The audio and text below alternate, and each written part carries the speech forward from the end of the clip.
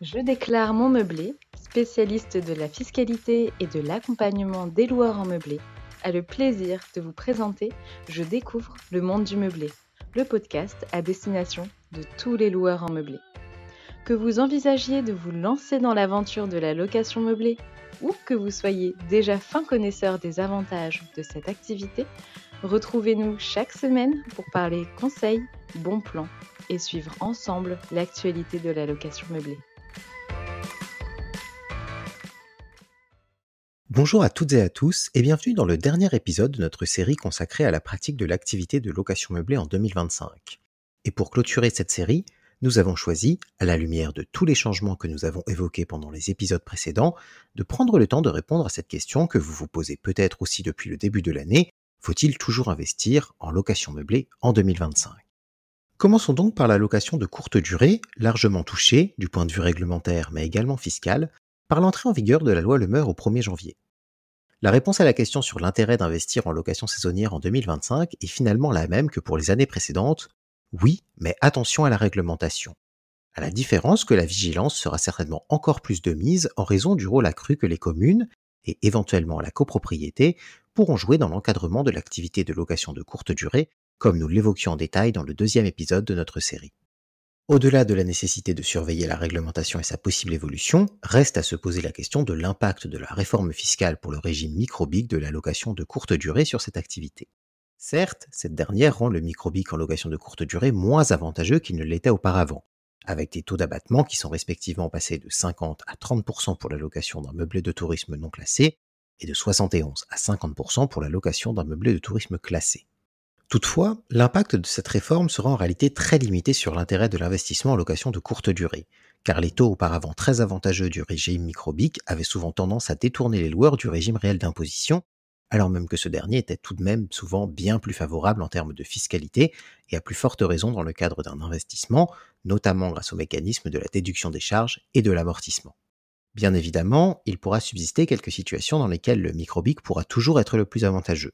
Mais dans ce cas, il sera possible de procéder au classement de son bien pour conserver un taux d'abattement intéressant de 50%. De plus, lorsque l'on parle d'investir en location de courte durée, il ne faut pas oublier que ce genre d'investissement a souvent un double avantage, car il n'est pas rare que les acheteurs utilisent également leurs biens pour leur propre congé et voient ainsi la location de courte durée comme un moyen d'augmenter leurs revenus sans toutefois viser une rentabilité maximale. De plus, rien n'empêche les investisseurs en courte durée de faire évoluer à tout moment le mode de location pratiqué en s'orientant vers un des autres types de baux accessibles en location meublée, ou même en hybridant leur pratique de la location meublée, en alternant location étudiante et de courte durée par exemple, sous réserve bien entendu que la localisation de leur logement leur permette de trouver des locataires preneurs d'une autre solution d'hébergement que la location saisonnière. Pour ce qui est maintenant de la réintégration de l'amortissement, mesure amenée par la loi de finances et dont nous avons suivi l'évolution à l'occasion de plusieurs épisodes de ce podcast et sur laquelle nous vous avons donné tous les détails dans le premier épisode de cette série, elle n'est, à elle seule, et quoi qu'on en dise, pas en mesure de freiner l'attractivité de l'investissement en location meublée au régime réel, et cela qu'il s'agisse de location de courte ou de longue durée.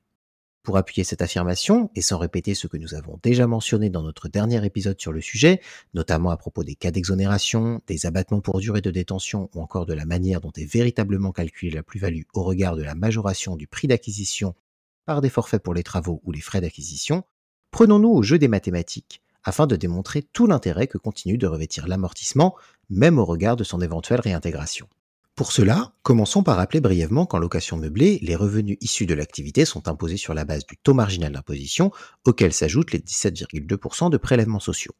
Dans la majorité des cas, le taux marginal des loueurs est de 30%, ce qui signifie une imposition globale de 47,2% sur les revenus de location meublée, une fois les 17,2% de prélèvements sociaux ajoutés. Puisque ces valeurs concernent la plus grande majorité des loueurs, nous allons nous en servir pour nos calculs. Mais si votre TMI n'est pas de 30%, vous aurez simplement à refaire les calculs que nous allons vous présenter en utilisant votre propre taux marginal d'imposition qui, pour rappel, peut être de 0, 11, 30, 41 ou 45% et lui ajouter les 17,2% de prélèvements sociaux. En somme, puisque les revenus de la majorité des loueurs sont imposés à 47,2%, cela veut dire que le montant d'amortissement déduit leur fait économiser 47,2% de ce même montant, puisqu'il leur évite de subir une imposition. Par exemple, un loueur qui génère 2 000 € de revenus avec un taux marginal d'imposition à 30% devra payer, en ajoutant les prélèvements sociaux, 47,2% de cette somme au titre de l'impôt sur ses revenus de location meublée, soit 944 euros. Mais si ce même loueur déduit 1000 euros au titre de l'amortissement, il ne paiera alors plus que des impôts sur les 1000 euros restants, soit 472 euros.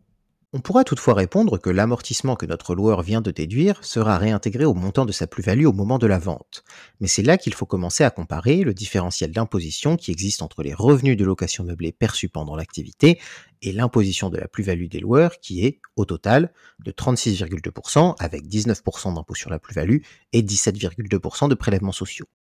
Autrement dit, là où chaque tranche de 1000 euros amortie fait économiser 472 euros à notre loueur, elle lui en coûtera 362 au moment de sa réintégration dans la plus-value, ce qui laisse un différentiel minimal de 110 euros en faveur de l'amortissement.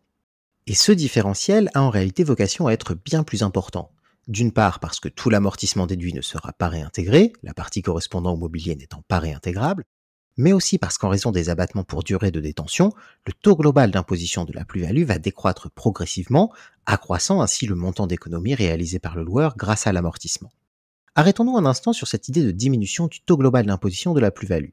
Ce dernier est, à l'origine, de 36,2%, mais si l'on tient compte de l'abattement de 6% qui frappe le montant imposable à l'impôt sur la plus-value tous les ans à partir de la 5e année de détention, ainsi que celui qui frappe les prélèvements sociaux, ce taux global d'imposition décroît chaque année à partir de la 5e année de détention. Passant ainsi par exemple à 34,8% une fois 6 ans de détention atteints, et ainsi de suite jusqu'à atteindre 0% au bout de 30 ans. Pour vous donner une idée, le taux d'imposition globale de la plus-value au bout de 10 ans de détention passe à 29,1%, puis à 22% après 15 ans, 14,8% après 20 ans et 7,7% après 25 ans. Reprenons donc l'exemple de notre loueur avec un taux marginal d'imposition de 30% qui lui permettait d'économiser 472 euros par tranche de 1000 euros d'amortissement déduit. Si ce dernier finit par vendre son bien au bout de 22 ans de détention, durée qui correspond donc à un taux global d'imposition de la plus-value de 12,4%, chaque tranche de 1000 euros d'amortissement réintégrable lui coûtera donc 124 euros en termes d'imposition sur la plus-value, soit une économie finale de 348 euros pour le loueur pour chaque tranche de 1000 euros d'amortissement déduit. Vous l'aurez compris, l'amortissement reste donc largement favorable au loueur, quelle que soit la situation, raison pour laquelle le régime réel de la location meublée préserve son attrait et n'est pas de nature à remettre en cause l'intérêt d'investir en LMNP en 2025, à plus forte raison car, quel que soit le mode de location que vous avez choisi ou choisirez de pratiquer, il est probable que vous deviez réaliser des travaux de performance énergétique dans un futur plus ou moins proche, comme nous l'évoquions dans l'épisode précédent. Et dans ce contexte, pouvoir amortir le coût de ces travaux vous permettra de réaliser des économies substantielles au bon moment. Il s'agit d'ailleurs là d'un autre avantage de l'amortissement location meublée, celui de pouvoir réaliser des économies au moment où cela compte le plus. Et c'est un élément à prendre en considération, car finalement, la réintégration de l'amortissement n'a aucun impact sur la fiscalité de l'activité de location meublée pendant son exercice. Cela veut dire que les loueurs peuvent continuer d'économiser des sommes importantes grâce à l'amortissement au moment où cela est le plus important, que ce soit pour augmenter leur qualité de vie ou encore pour continuer à investir dans d'autres projets. C'est sur ce dernier point que s'achève cet épisode visant à remettre en perspective l'attractivité de la location meublée par rapport aux derniers changements ayant touché sa réglementation ou sa fiscalité. Nous espérons que l'entièreté de cette série vous aura permis de vous mettre à jour sur ces différentes évolutions et de pouvoir aisément les comprendre et en mesurer la portée. Bien évidemment, si vous avez découvert cette série alors que vous en êtes simplement au début de votre projet de location meublée ou avez récemment débuté cette activité, ne manquez pas d'aller écouter nos autres épisodes de podcast, regarder nos vidéos ou vous rendre sur le site internet de JD2M pour y trouver des outils comme des guides pour votre immatriculation, un simulateur visant à vous aider à déterminer le meilleur régime fiscal pour votre activité, mais aussi de nombreux conseils, explications ou articles spécifiques à des points précis de la location meublée.